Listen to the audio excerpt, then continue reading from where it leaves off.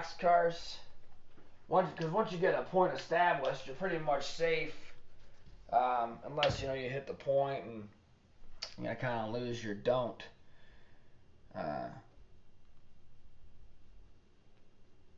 But you're safe on the 7 there. Just gonna lose the caps. There's an 8. That took long enough. 6-2. All right, so that $6 is gonna pay us $7, right? So first thing we can do is I just kind of like to, playing this game long enough, take your money first. That was one of the best lessons that my grandpa taught me.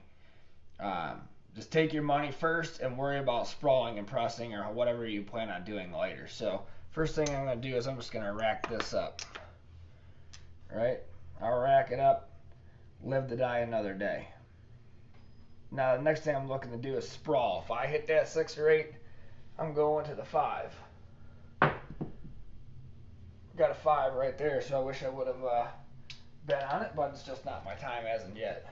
And then as the table starts to warm up, we start sprawling out. We'll collect some money, hopefully double, triple, quadruple our bankroll in one session and get out of here at very little to no risk. It's all about minimizing risk. There's that 5 right back. It's all about minimizing your exposure, minimizing your risk, maximizing your play. And if anybody watches my channel and knows me, I'm all about playing the short game, and I'm talking short as in 30, 45 minutes. I make my profit and I get out of Dodge. I'm not sticking around. There's a 4 again, 3-1. So I'm just dancing around the 6-8. I usually throw a lot of easy 6-8s, but I can throw a lot of numbers too. So I'm just kind of getting warmed up here. This is a nice, easy way to go about doing it. There's that 8. So now it looks like we're sprawling. We collected the first one. We're going to sprawl this second one. So let's go ahead and get on that 5. So that 8's going to pay us $7. We'll rack up $2. Now let's go ahead and get that 5, right?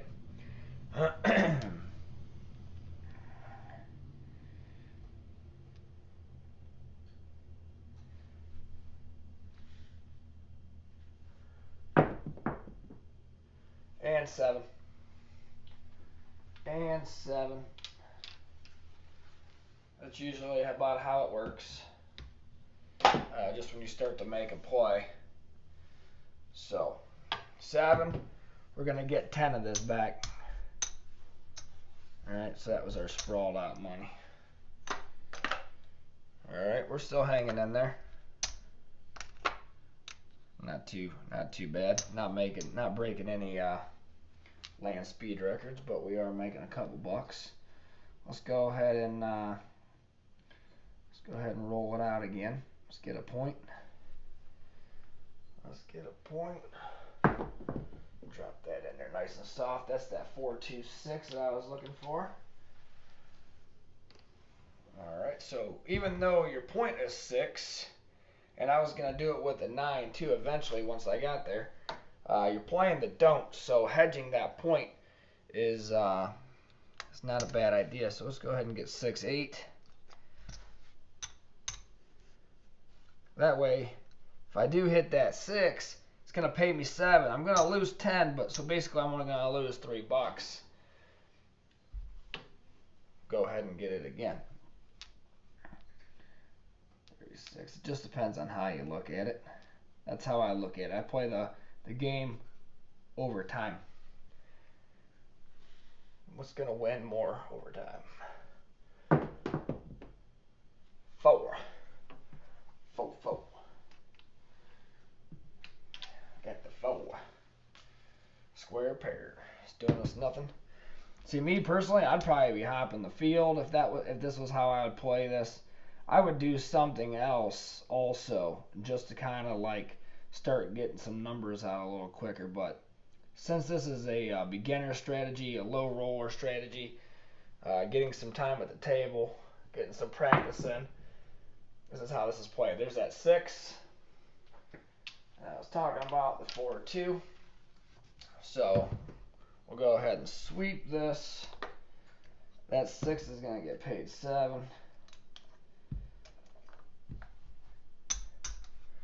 6 is going to get paid 7. We'll go ahead and put the $2 there. Put that back out. We are off. We are off.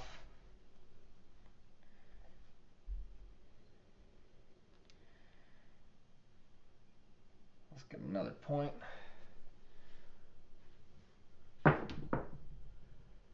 Yo. So we just lost our don't pass. Lost the don't.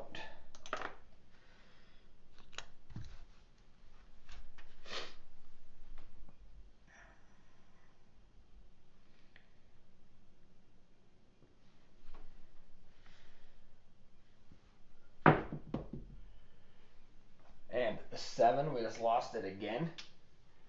Another front line winner. Another loser for the don't player.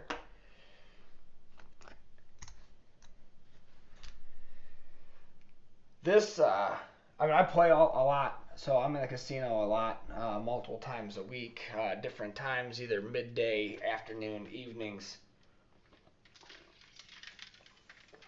I was playing the mornings a lot. The 7 on a come out, the yo on a come out, is not as common as some of these videos make it seem. Time over time, it doesn't hit as much.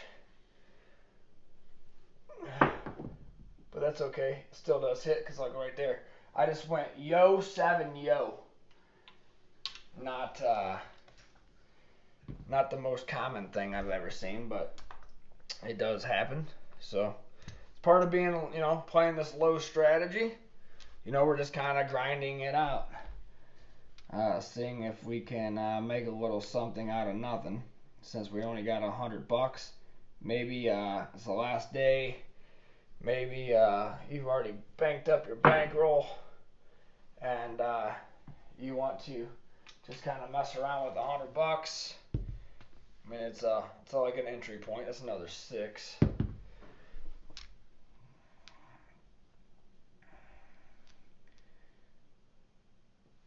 Another 6.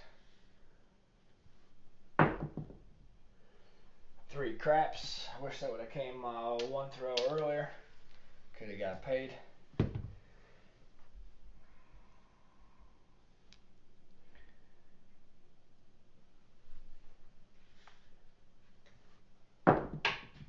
Oh, up and down.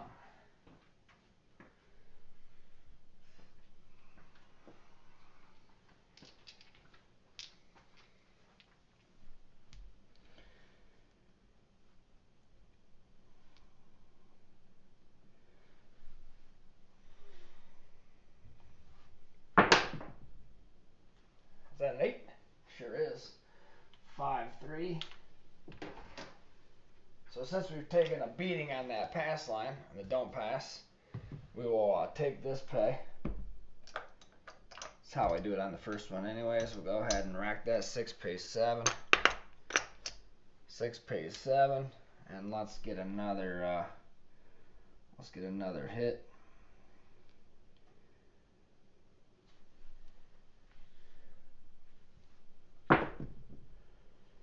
There's a 5. 3, 2, 5. We're gonna dance right around this for a minute, looks like.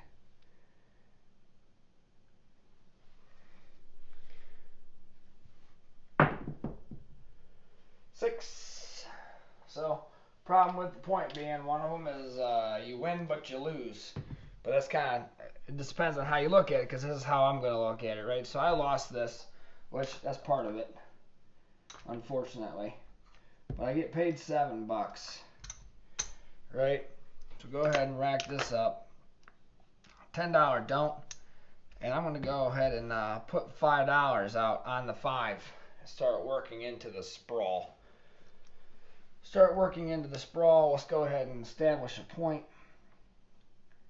3, 2, 3, 6. throwing a 3V from stick left. That's a 5-4-1. I'm going to go ahead and leave that. I'm going to leave that. So if I hit that 5 again, which I've thrown a couple good 5s, I'm kind of in that set right now. Hitting the bottom half, I would probably be working for the small. I know I've got a 3 craps already. I know I've been killing the 4, so really I only need a snake eyes, which I could get. So I'm going to go ahead and leave that because I will lose a 10, but I'll get the 7, so I'm really only going to be out $3. Like I said, we're slow playing this. We're working. Let's go ahead and see if we can avoid that 5 for a couple minutes. See if we can start working our way up here.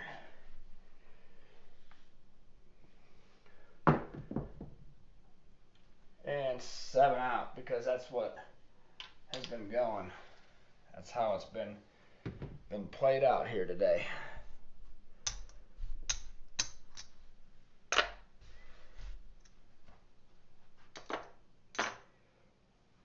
Let's see. Let's check up some of these whites just because.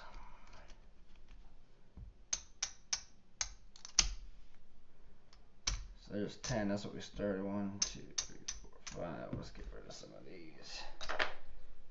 All right. Let's switch sides. Let's switch sides and go shoot from stick right a little bit just to take a look and get some practice in from that end.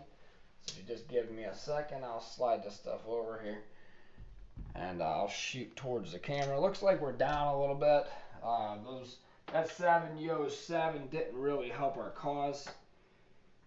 Looks like we're at 10, 20, 30, 40, 50, 60. We're at $71 out of 110. So we're kind of getting beat up a little bit. And that's kind of part of it when you're messing with a low rolling strategy. Part of the problem is you don't really have enough exposure to make money. But you got a minimal amount of exposure, so you're not really losing a whole lot.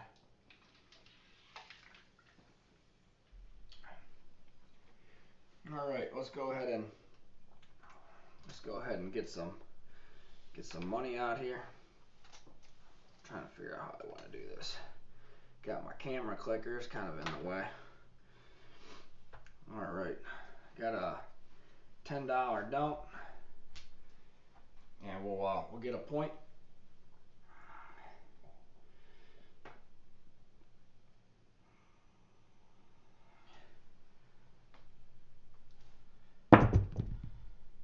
Yo, smoking us today. The Yo is beating us up. On the come out. Don't you know? Don't you know, Yo? Now, I've seen people do okay with this, just like with a random shooter. You know, you get that couple 6 and couple 8s, and people are all excited about it. They say it's the most common number to be hit. Well, if you're setting dice, it's the most common number to be hit are the ones that the shooter throws the most. There's a 5, 3, 8. Now I know when I'm trying to shoot my inside numbers, I try to go from this position, try to go a little deeper to the back corner.